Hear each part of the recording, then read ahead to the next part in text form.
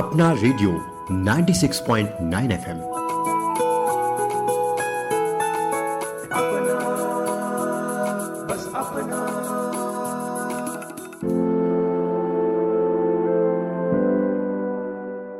नमस्कार दोस्तों, स्वागत है आपका अपना रेडियो 96.9 एफएम में।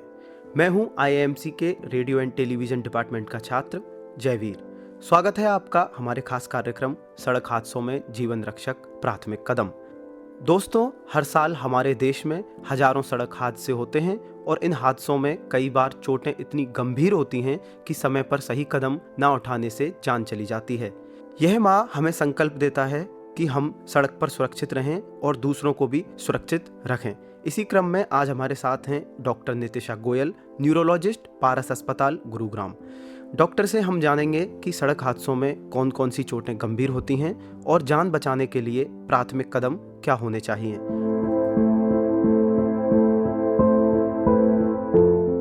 डॉक्टर नितिशा गोयल, स्वागत है हमारे खास कार्यक्रम में। Thank you. जैसा कि हम जानते हैं कि जीवन बहुत अनमोल है और हम जीवन को सुचारू रूप से चलाने के लिए बहुत खुद पे ध्यान देते हैं, दिन रात मेहनत करते हैं, लेकिन सड़क दुर्घटनाओं में हमारी एक चूक हमारे जीवन को मिनटों में ख़त्म कर देती है। यह बहुत शॉकिंग होता है सबके लिए, जो लोग जानते हैं, जो लोग सुनते हैं एक्सीडेंट की खबरों को लेके। तो आप इसको कैसे देखते हैं? तो ये बात आप बिल्कुल सही बोल रहे हैं कि आज की डेट में इंडिया में इतने सड़क हादसे होते हैं जिसकी वजह से कई हजारों लोगों की हर साल जान जाती है, चोटें लगती हैं, जो कि एकदम प्रिवेंटेबल चीज है जिसको कि ठीक किया जा सकता है। तो ये बहुत ही अच्छी चीज है कि जो हम इस month national road safety month celebrate करते हैं लोगों में जागरूकता बढ़ाने के लिए कि कैसे इन चीजों से बचा जा सकता है।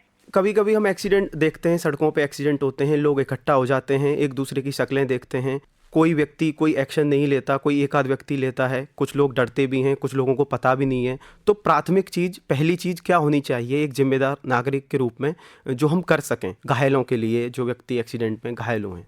तो सर ये बहुत अच्छा क्वेश्चन है। अगर आप हमारे सामने कभी भी कोई एक्सीडेंट होता है तो सबसे पहले जरूरी है कि हम घबराएं ना, पैनिक ना करें और उसके बाद हमारी जो भी गाड़ी या व्हीकल है उसको हम एक साइड में लगा दें।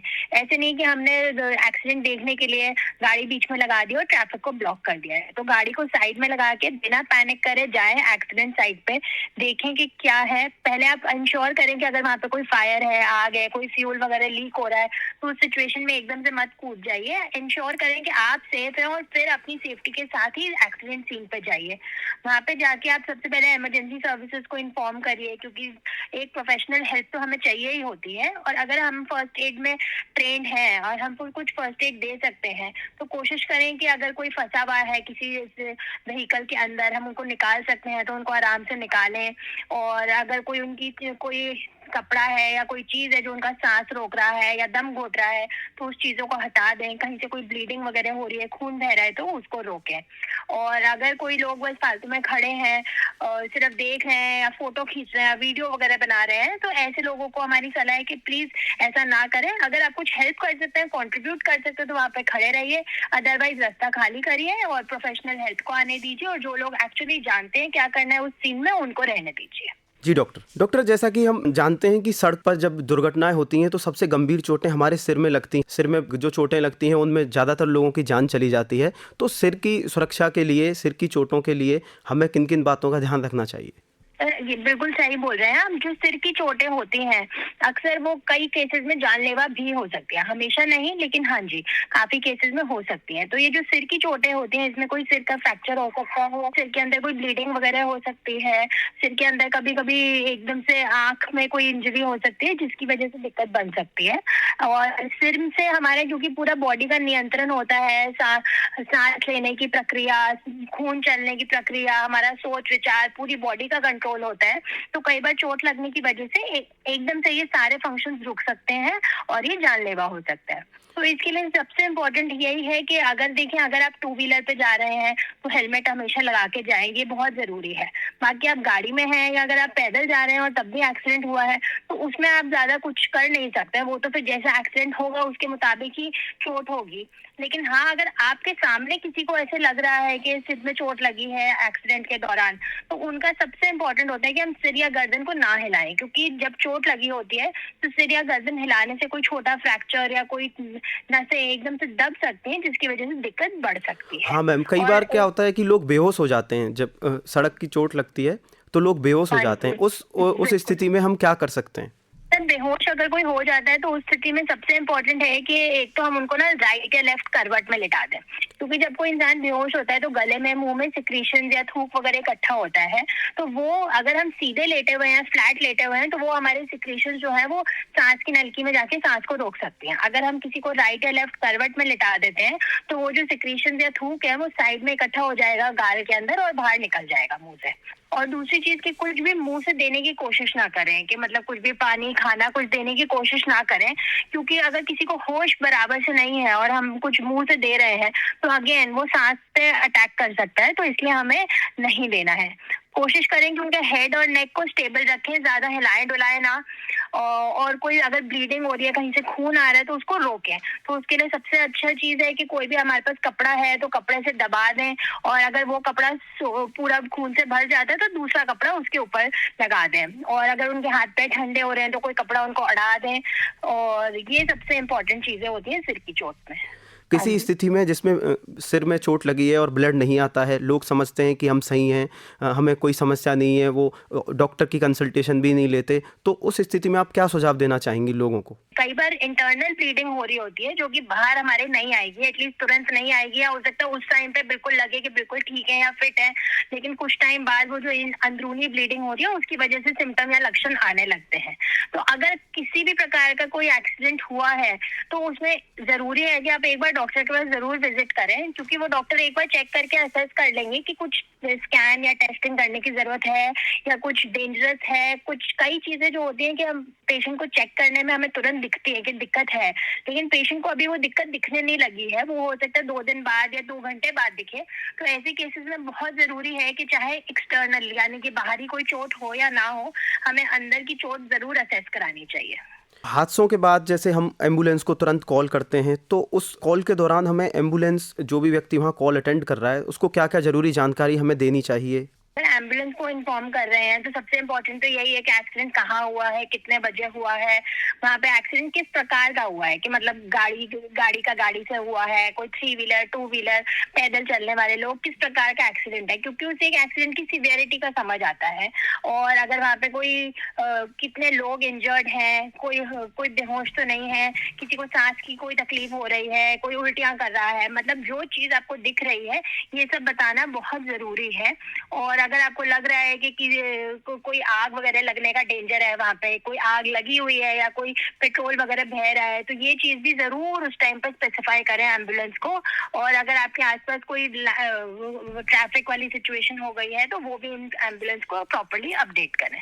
कई बार लोग डर जाते हैं, कई बार नॉर्मल होने में समय लगता है, जिसकी वजह से दिल का दौरा भी पड़ जाता है लोगों को सड़क पर। क्योंकि अगर देखिए, एक तो जो एक्सीडेंट में है उनके साथ तो जो हो रहा है वो तो है ही है, लेकिन जो देखने वाले लोग हैं कई बार वो भी एकदम से बहुत ज्यादा घबरा जाते हैं। तो इसके लिए सर बहुत जरूरी है कि वो एकदम शांत रहें, काम रहें। और अगर आपको लग रहा है कि आप सिर्फ एक्सीडेंट विटनेस कर रहे हैं और लेकिन फिर भी आपको दिक्कत हो रही है, तो कहीं पे थोड़ी दूर जगह पे जाके बैठ जाएं, पानी पिए और रिलैक्स करने की कोशिश करें, और जो एक्सीडेंट की सीन है उसको अपने मन में बार बार ना दोहराएं। सीपीआर देने की स्थिति कब बनती है और सही तरीका क्या होता है सीपीआर देने का? देखिए सर, सीपीआर में अगर जो हमारी ट्रेनिंग है तभी सीपीआर देना चाहिए। अगर हमारी ट्रेनिंग नहीं है तो हम शायद सही ढंग से नहीं दे पाएंगे सीपीआर, तो इसलिए उसकी सिचुएशन में रेकमेंडेड नहीं होता है कि दें सीपीआर। तो सीपीआर हम तब देते हैं जबकि या तो सांस रुका हुआ है विक्टिम का, या फिर उनका सर्कुलेशन रुक गया है, यानी कि नब्ज नहीं आ रही है। तो अगर सांस रुक गया या नब्ज नहीं आ रही है तो ये चीज पहले हमें एक ऐसा इंसान चाहिए जो इस चीज को असेस कर पाए या चेक कर पाए कि कोई दिक्कत है या नहीं है। और अगर दिक्कत है तो फिर सीपीआर इनिशिएट करें। तो इसमें हमें छाती पे कंप्रेशन देना होता है और सांस भी मुंह से या नाक से देना होता है। तो लेकिन ये सब प्रक्रिया सिर्फ उनको देनी चाहिए जो कि ट्रेंड है इस चीज में। रोड एक्सीडेंट्स में जो सबसे खतरनाक चोटें होती हैं वो कौन कौन सी होती हैं? देखिए, जब रोड एक्सीडेंट में हम बातें करते हैं, बताते हैं चोटों के बारे में, तो बहुत चोटें तो माइनर या छोटी चोटें होती हैं कि जैसे कोई खरोंच वगैरह आ गई है, नील पड़ गए हैं, ऊपर से चमड़ी फट गई है सिर्फ, या फिर कोई छोटा फ्रैक्चर हो गया है, तो ये माइनर या मॉडरेट इंजरीज होती हैं। फिर होती है हमारी जो सिवियर इंजरीज होती हैं। सिवियर इंजरीज वो होती हैं जिनसे तुरंत में जान का खतरा होता है या जो जानलेवा ही होती हैं। तो इसमें सबसे इम्पोर्टेंट होती है जो ब्रेन इंजरीज होती हैं, कि जैसे हमने डिस्कस किया कि ब्रेन के अंदर ब्लीडिंग हो जाती है या फिर अंदर फ्रैक्चर हो जाते हैं जो कि जानलेवा हो सकते हैं या बहुत गंभीर होती हैं। उसके अलावा होती है स्पाइनल कॉर्ड की इंजरी, यानी कि रीढ़ की हड्डी की इंजरी, क्योंकि रीढ़ की हड्डी में अगर कोई इंजरी हो जाती है नसों में, तो उसकी वजह से हाथ पैर में सुनपन आ सकता है या तुरंत में पैरालिसिस जैसी सिचुएशन बन सकती है।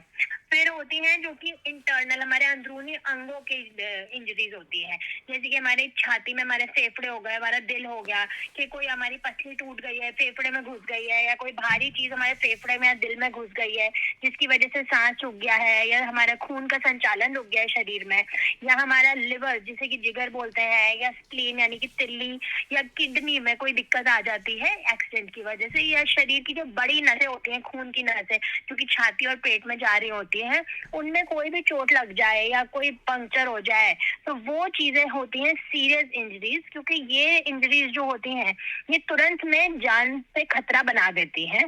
तो इनको टैकल करना इमीडिएटली बहुत जरूरी है। कई बार हम देखते हैं कि लोग सड़क पे चलते हैं लेकिन उनका ध्यान इधर उधर भटकता है, वो अपनी आंखों को रोड पे केंद्रित नहीं कर पाते, रोड पे ध्यान से देखते नहीं हैं, इधर उधर ध्यान भटकता है। कई लोगों को आंखों में दिक्कतें भी होती हैं, उनको सही से दिखता भी नहीं है, कई लोग आंख झपकाते बहुत ज़्यादा हैं, उसकी वजह से भी सड़क दुर्घटनाएँ होती हैं। तो आंखों की सेहत का और आंखों का कितना बड़ा रोल है सड़क दुर्घटनाओं को रोकने में? ये तो बहुत ही इम्पोर्टेंट है, क्योंकि अगर हमारी आंखों में कोई दिक्कत है और हमको प्रॉपर ढंग से नहीं दिख रहा है, तो उससे हम एक्सीडेंट के रिस्क पे तो है ही है, लेकिन हमारी लापरवाही की वजह से दूसरों का भी एक्सीडेंट हो सकता है। कि सपोज आप चल रहे हैं, आपको दिखाई नहीं दे रहा और आपने एकदम से रोड क्रॉस कर दी और कोई गाड़ी या बाइक वाला आ रहा है जिसने आपको देखा और वो आपको बचाने के चक्कर में उन्होंने ब्रेक मारी, तो उसकी वजह से एक्सीडेंट हो गया। तो इस तरह की सिचुएशन कई बार बन जाती है। तो इसलिए बहुत जरूरी है कि अगर हम सड़क पे कभी भी जा रहे हैं या अदरवाइज भी, हमें अपनी आंखों को बिल्कुल हेल्दी रखना चाहिए, हमें रेगुलर चेकअप कराने चाहिए। और खास तौर से आज के लोग सड़क पे चलते चलते अपना फोन का इस्तेमाल करते रहते हैं, ध्यान फोन में होता है और हम सड़क पे आसपास नहीं देखते, चाहे हम गाड़ी चला रहे हैं चाहे हम पैदल चल रहे हैं, जिसकी वजह से भी एक्सीडेंट जैसी सिचुएशन बन सकती है। तो जब हम सड़क पे चलें तो बिल्कुल ध्यान रखें कि हम अपना फोकस सड़क पे रखें, आसपास के एनवायरनमेंट और सराउंडिंग्स पे रखें और इधर उधर अपने ध्यान को ना भटकाएं। जी मैम, मेरा आखिरी सवाल कि रोड पे चलते समय हम क्या क्या किन किन चीज़ों से हम अपना बचाव करें और क्या क्या सावधानियां हमें बरतनी चाहिए रोड पे चलते समय, जिससे हम सड़क दुर्घटनाओं से खुद को बचा सकें? देखिए सर, रोड पे चलते टाइम ऑब्वियसली हमें अपना ध्यान रखना चाहिए, हमें अपना ध्यान रोड पे ही केंद्रित रखना चाहिए, इधर उधर की चीजों में और बातों में, लोगों में हमें ध्यान नहीं रखना चाहिए। कई लोग गाने सुनते सुनते जा रहे हैं, हॉर्न का नहीं ध्यान देते हैं, लाइट का ध्यान नहीं देते हैं, या कोई मोबाइल में देखते देखते जा रहे हैं, उससे भी दिक्कत होती है। तो अगर हम चल रहे हैं तो हम इन चीजों का ध्यान रखें। कोई आसपास जेब्रा क्रॉसिंग है तो हम उसी पे क्रॉस करें, बीच बीच में से भाग के क्रॉस करने की कोशिश ना करें। खासतौर से अगर लाइट ग्रीन है, ट्रैफिक चल रहा है, तो एकदम से कोशिश ना करें। कोई फुट ओवर ब्रिज वगैरह है आसपास तो उसको यूज करें। ऐसे ना सोचें कि अपना 2 मिनट बचाने के चक्कर में हम बीच में से निकल जाए। तो अगर हम पेडेस्ट्रियन है या पैदल जा रहे हैं तो हमें इन चीजों का जरूर ध्यान रखना चाहिए। यदि हम 2 व्हीलर पे जा रहे हैं तो फिर सबसे इम्पोर्टेंट है कि आज की डेट में कि हम हेलमेट पहने, क्योंकि देखिए जो अगर सिर की कोई चोट या फेस की चोट लगती है तो वो जानलेवा तुरंत में हो सकती है। तो उस चीज को अवॉइड करने के लिए जरूरी है कि हेलमेट से एटलीस्ट हमारे सिर का, गर्दन का बचाव होता है, तो वो चीज बहुत इम्पोर्टेंट होती है। और वो अगर हम बाइक पे जा रहे हैं तो हम रैश ड्राइविंग ना करें, हम बिल्कुल स्पीड के हिसाब से चले, इधर उधर काट के गाड़ी आगे बढ़ाने की कोशिश ना करें। और चाहे आप गाड़ी में हो, चाहे आप 2 व्हीलर पे हो, 3 व्हीलर पे हो, बहुत जरूरी है कि कभी ड्रिंक एंड ड्राइव ना करें। हम ट्रैफिक रूल्स का, सिग्नल्स को फॉलो करें, रॉन्ग डायरेक्शन में ना जाएं, ओवर स्पीडिंग ना करें। ऐसे देख रहे हैं कि लाइट एकदम ग्रीन से येलो हो गई है, येलो से रेड होने वाली है, तो हम ओवर स्पीड करते हुए निकल जाते हैं कई बारी। तो वो ना करें, हम ट्रैफिक रूल्स को प्रॉपर ढंग से फॉलो करें। तो ये सबसे ज्यादा जरूरी है एक्सीडेंट्स अवॉइड करने के लिए। सड़क सुरक्षा के प्रति लोगों को जागरूक करने के लिए आप आखिरी अपना कोई संदेश देना चाहें या कोई सुझाव देना चाहें तो वो क्या होगा? मैं तो एक ही चीज बोलना चाहूंगी कि सड़क पे होने वाली जो दुर्घटनाएं हैं वो बिल्कुल टोटली अवॉइडेबल होती हैं अराउंड 80 to 90% केसेस में।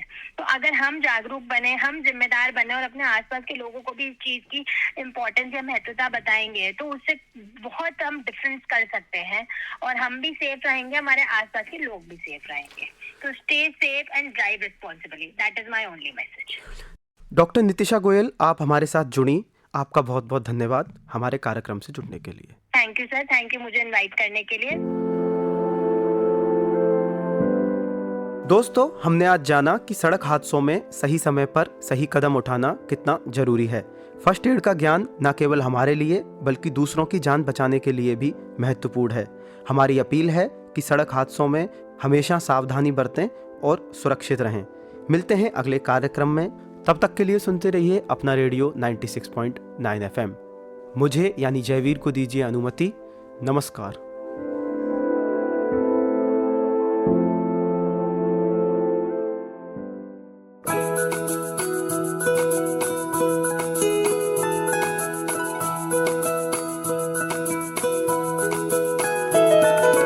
मेरी ख्वाहिशें, मेरे अरमान, मेरा बस यही सपना, जिंदगी में हर कोई समझे हम सफर मुझे अपना अपना, बस अपना।